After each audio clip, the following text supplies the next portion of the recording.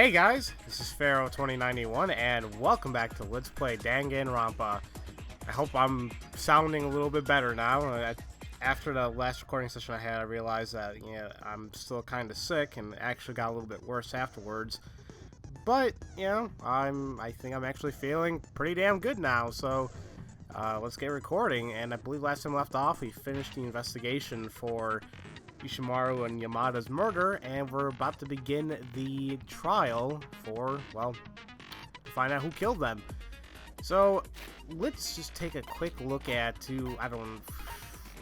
the text pops up, that'll be great, but I want to take a look at the ammunition that we have. So we have the Monokuma File 3. We already know the victims, the blunt force trauma, using similar weapons. So I think it's very minimal, but I think it's because we kind of know more what happened since, it was kind of like we were right there. The blue vinyl sheet found is under Ishimaru's corpse in the art room. Thought to have been used to be transported while using trail of blood. Trolley has blood stains under it. Okay. Yeah, he's saying when we found the body again, there wasn't blood on his glasses. Wooden mallet. This one was wet. Saying it was washed. The hell's it? Oh, the door that was locked. Well, we're trying to find the bodies, but then it was unlocked somehow. So there's that. The trail. The glasses cloth apparently. It just has like a anime character on it saying blood. I wonder who that could be or who it belongs to. Her testimony saying that they stepped out of the bathroom for a minute and the body was gone. This is Hagakure's message. So his handwriting is surprisingly good. The blueprints found in his room. The actual costume. Back won't bend 90 degrees. It won't bend at all. Yeah, testimony saying that he found a note telling him to come to the rec room at 1 a.m. His thing broke. Was the pattern just a little bit after 6 or right before 6? Wait a minute, it's not 6, is it? Of course, when I said after 6. Okay, whatever. Torn scrap of paper. The other note looks like because it was torn.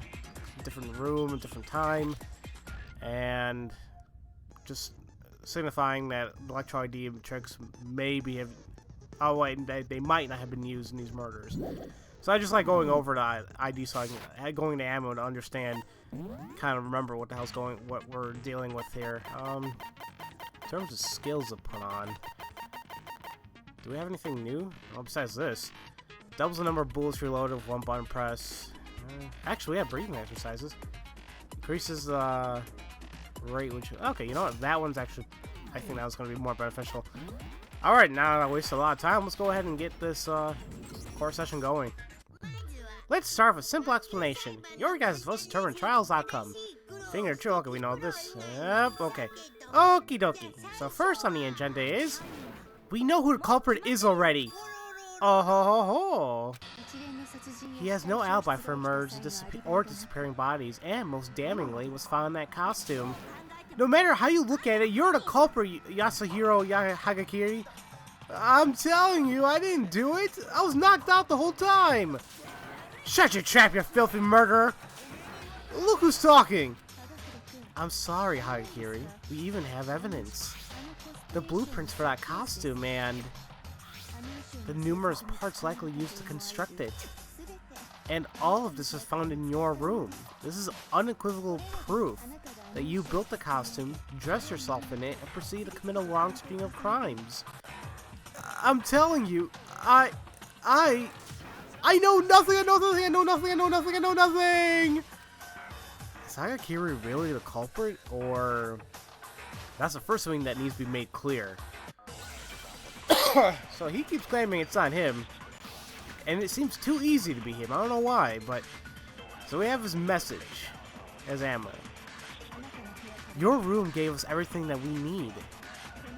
These blueprints, these raw materials, they all point to you being the culprit.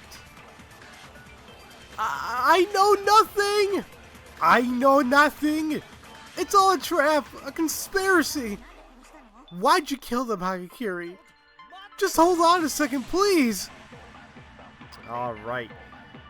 The handwriting in these blueprints were awful. But Hagakure's handwriting, yeah, his handwriting is pretty damn nice. The ones on blueprint, on the other hand, was like, ooh. I mean, can that really have been his?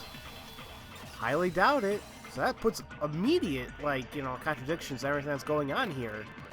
If it really was him, you would think that he would spell good and, or, you know, write well. And the thing is, even, I think to me, even if you try writing well, trying writing bad, if you're even a good writer, it's kind of hard to do so. Did Hagakure really draw those blueprints? What are you trying to say? Take a look at this. This is a note Hagakure used to gather everyone together after Alter Ego went missing. Compared to these blueprints, the handwriting is clearly different. See? He's right. They don't appear to be written by the same person. He could have simply changed his handwriting.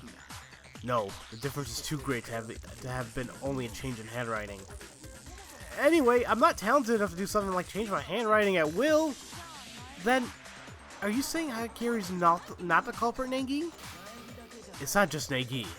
I don't think he is either. Huh? But then, who was Justice Robo, really? Are you saying Hagakure was right, and someone else wore a costume just like that? The identity of the madman? Answer her, Nagi. Yeah, just push it all on me, sure. Come on, Nagi, answer me. What's Justice Robo's real identity? The so-called madman. The only one who could have worn Justice Robo costume. Well, just based on these answers, or these possible answers, I mean, it's very easy to figure out. It's not Asahina, considering that we saw her try putting it on and it won't work. What the hell's an evil secret society? I mean, come on, that's just a really far-fetched. Come on now, game. But then again, I mean, the only one left here is Hagakure. And apparently we're right. Hagakure. It couldn't have been anyone else. The costume only fit him, and in the end, we never found another costume, so there's no mistake there. Hagakure was the madman. You're not making sense. Didn't you just say Hagakure wasn't the culprit? It makes perfect sense. Hagakure was the madman, but he wasn't the culprit. That's all. Which means... exactly. The culprit and the madman are not the same person. What?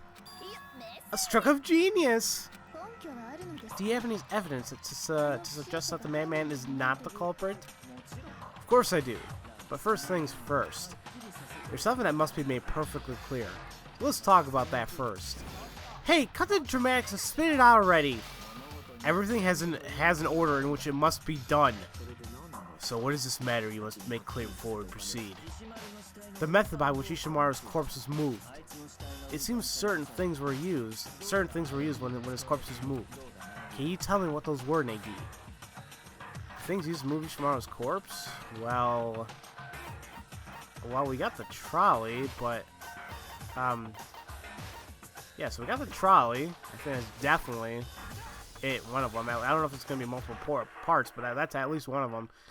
There's that and then one more. The thing used to move, and, well, yeah, then it's going to be the sheet. So not to leave, like, a blood trail or anything. Easy. A trolley and a vinyl sheet, right? Why did he click his tongue at me? I was right. Let me explain. After Ishimaru's corpse vanished from the physics prep room, when we rediscovered it in the storage room, it was wrapped in a vinyl sheet, right? The same vinyl sheet had been in the physics prep room. When the culprit moved Ishimaru's corpse from his prep room in order to not leave a trail of blood behind, he used one of the vinyl sheets there in the room. I understand how the vinyl sheet was used, but what about the trolley? Well, you see, when we discovered Ishimaru's body in the physics prep room, there was also a trolley in the room. But when the body disappeared, so did the trolley. And later, when we find Ishimaru's corpse again, this time in the art room storage room, there was a trolley there too. In other words, you're trying to say the corpse was moved using a trolley? Are you sure you're not misremembering? Huh? Was the trolley actually in the physics prep room when Ishimaru's corpse was discovered there? That trolley is there to carry sculptures and the like in the art room, is it not? For it to have been used in a physics prep room in the first place is unusual. Are you not just mistakenly assuming it to have been moved when it was in the storage room the whole time? There you have it, Negi. So, how will you respond? Don't worry about it, Negi. Nobody's expecting anything from you anyway. It's common knowledge that you misunderstand almost everything you come across. That came off kind of bitchy. I can't say anyone's ever said that about me before, but in order to wipe that mark off my reputation, I gotta provide evidence that the trolley was used to transport Ishimaru's corpse in the art room. And a machine talk battle is about to begin. New elements have been added. Okay, I don't know what else is going to be added. Actually, I think I do know. Hold on, let's see here. Very well then, let me explain. Reloading. Yeah, it's reloading. Okay. Starting with this MTB, things are going to get a little bit more complicated. Your bullet count is displayed on the bottom part of the screen. Until now, you didn't have any limitations on the number of assertions you could obliterate, but now you simply can't just lock on and boom. One bullet is required in order to get rid of an assertion. And try hard as you like, but without bullets, you're not gonna blow off any assertions. So we have to press square. You can reload and replenish the supply of bullets. You have to do this with the tempo, though. I'm sure you'll warmly accept the square button as it's like its siblings. Blah blah blah. And during fever time, your bullets will be fully replenished, and you won't expend any. So that's good.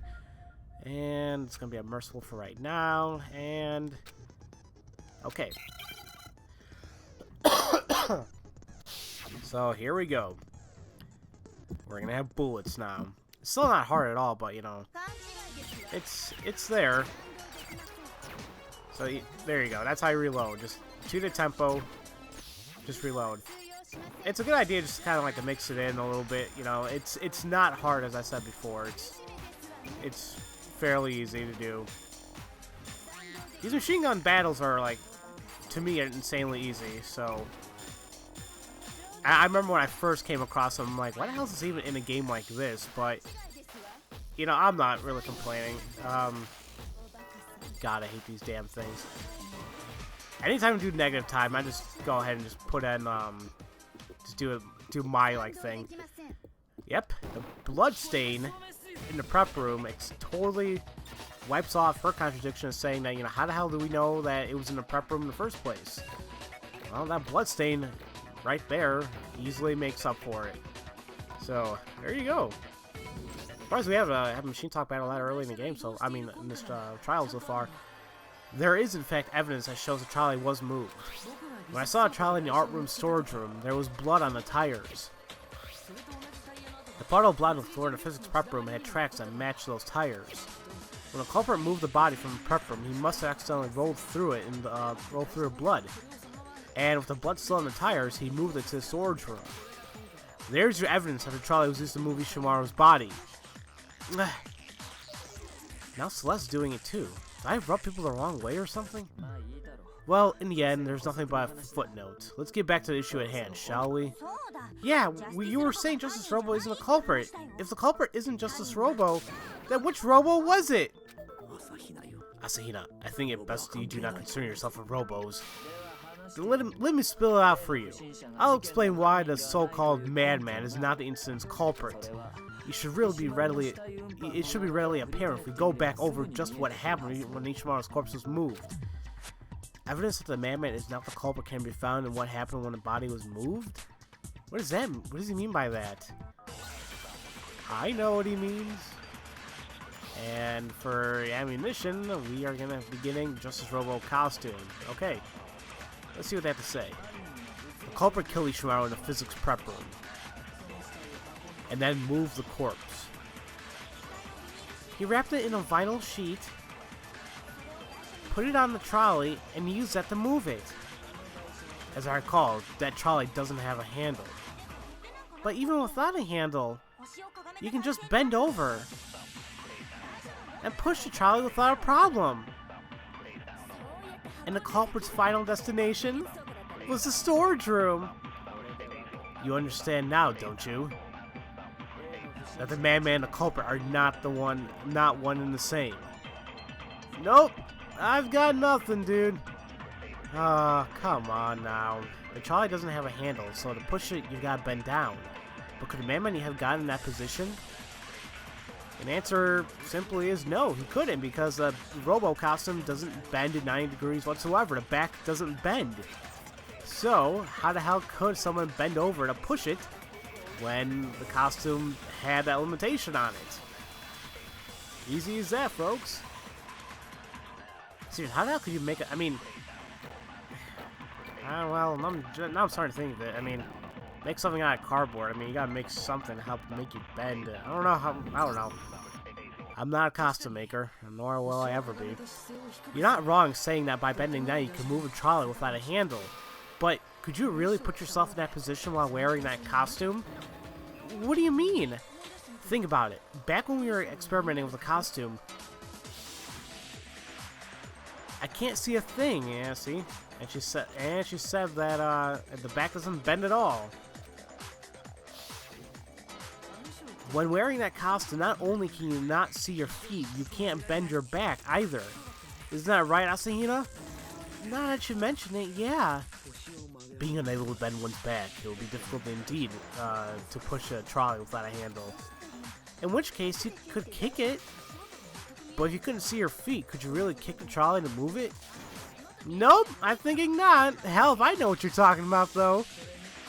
Plus, I have doubts you could pull off that even more intricate task of wrapping the corpse in a sheet while wearing that restrictive costume.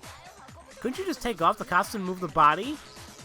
No, it's not possible to have removed the costume just to move the corpse. That's because Weakling couldn't take it off, but it does say it never comes off, but you can't take it off yourself because there's that flask, or not flask, but how about trying to, like, you know, hinge thing, you know, the word's not coming to me, but you know what I mean.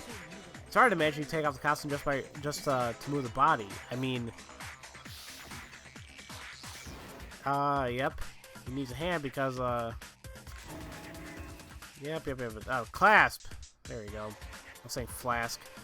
But yeah, I mean, it's back there, and it's kind of hard to do it yourself, so there you go. Ah, yes, the costume could neither be put on nor removed by one's own strength.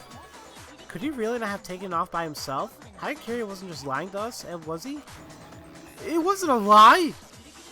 If he could have taken it off by himself, he wouldn't have shown up still wearing it.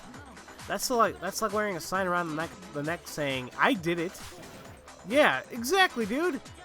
Then it's true that Justice Robo really couldn't have moved that trolley, which means the person who transported corpses using the trolley could not have been Hagakure. No, hold on a minute, please. Oh, email. Have you all forgotten about the photograph I took? Oh, yeah. You've all seen it, as I recall. The photograph of Yamada being dragged away by the madman. If the madman is not the culprit, then just what is it that I witnessed? Further, we have testimony from Yamada himself, one of the victims. And he says that, yeah, the Justice Robo felled him, or hit him, with at least with that Justice Rabbit hammer. Where the hell did I get rabbit from? As long as we have these facts, we can only draw one logical conclusion. The culprit is the madman, Hagakure, beyond a shadow of a doubt. Yeah, she's right! Just wait! It's still too early to draw a conclusion. Besides, we don't have to cast our ballots right this second. Before that, wouldn't it be to our benefit to at least discuss some other possibilities? It's easier to see the truth when you look at things from multiple angles and don't bind yourself to one. But what specifically should we do? Let's try going back over the sequence of events from the start. In doing so, we may uncover something new. Baha! What a pain in the ass! Our lives are on the line. A little bit of an inconvenience is unavoidable. Plus, we can use the opportunity to explain things for Kirigiri, since she wasn't there when it happened. Oh yeah, that's true. I totally forgot she wasn't there most of the time. Very well. Now let us go back to the beginning. It started this morning. This morning, it was only Asahina, Kirigiri, Negi, and I who assembled in the cafeteria. For as long as we waited, no one else came. Thus we decided to search for the other students. That was around 8 a.m. Immediately after we split up, Kirigiri went missing. Finding sleds in the third floor rec room, Asahina quickly reconvened with Negi and I. I had been attacked by a madman and lost consciousness for around an hour, which means I was attacked for about an hour before he found me, just after 7. At that time, we learned from Celeste's photo the madman was dressed in an unusual costume, Justice Robo. Additionally, we discovered Yamada had been dragged off by that very same Justice Robo. We began our search for the madman, met with Fukawa and Tugami, and found Yamada injured in the library. After escorting Yamada to the infirmary on the first floor, we resumed our search. Then, just after we left the infirmary, and yep, she saw a shadow, possibly the madman. Based on Celeste's sighting, we all went to the second floor and split up to look for the madman. But not long after that, I saw the madman on the third floor and immediately shouted to inform everyone. And when that happened, I believe that's when we hear from Yamada. And yet again, just moments after that, all these flashbacks. Yep, that was Yamada from the infirmary. So we split into 2 groups. Celeste, Asahina, and I returned to the infirmary. And Ugami, Tugami, and Fukawa went after the madman on the third floor. There in the infirmary, we discovered Yamada's dead body. And at that time, we heard the corpse discovery announcement. I left Celeste and Asahina behind and returned to the third floor to report the bad news. However, at the same time, we had just found Ishimaru's corpse in the physics prep room. Yamada and Ishimaru's corpse were likely discovered at nearly the same time. I too heard the corpse discovery announcement immediately after we found Ishimaru's corpse. Body. Whatever. Then I informed Ugami and Tugami about Yamada's murder, and the 3 of us then headed to the infirmary together. Just after we left the physics lab, we heard surprising news from Celeste, who had to come upstairs after me. And now we're saying that his body disappeared. We hurried back to the infirmary and Yamada's body was gone. After that, remembering we had forgotten about Fukawa, we all returned to the prep room. And sure enough, this time it was Ishimaru's corpse that disappeared. We quickly set out to search for the 2 missing bodies, and after some time searching, hearing Celeste had found the corpses, we all headed to the art storage room. And there, we rediscovered the 2 missing bodies. And that's everything that happened. I see. It seems that this incident is fairly convoluted. I don't think we'll shed much light by examining this as a connected series of incidents. Then, what should we do? Rather than as a series of incidents, we should try thinking of them as individual incidents. From there, we'll be able to see the contradictions in these incidents. Let's begin right away. First, let's start with Ishimaru. To reach the truth of this case, we must at all costs uncover the contradictions hidden in Ishimaru's murder. However, we'll figure that out, and we'll start figuring it out in the next episode, guys.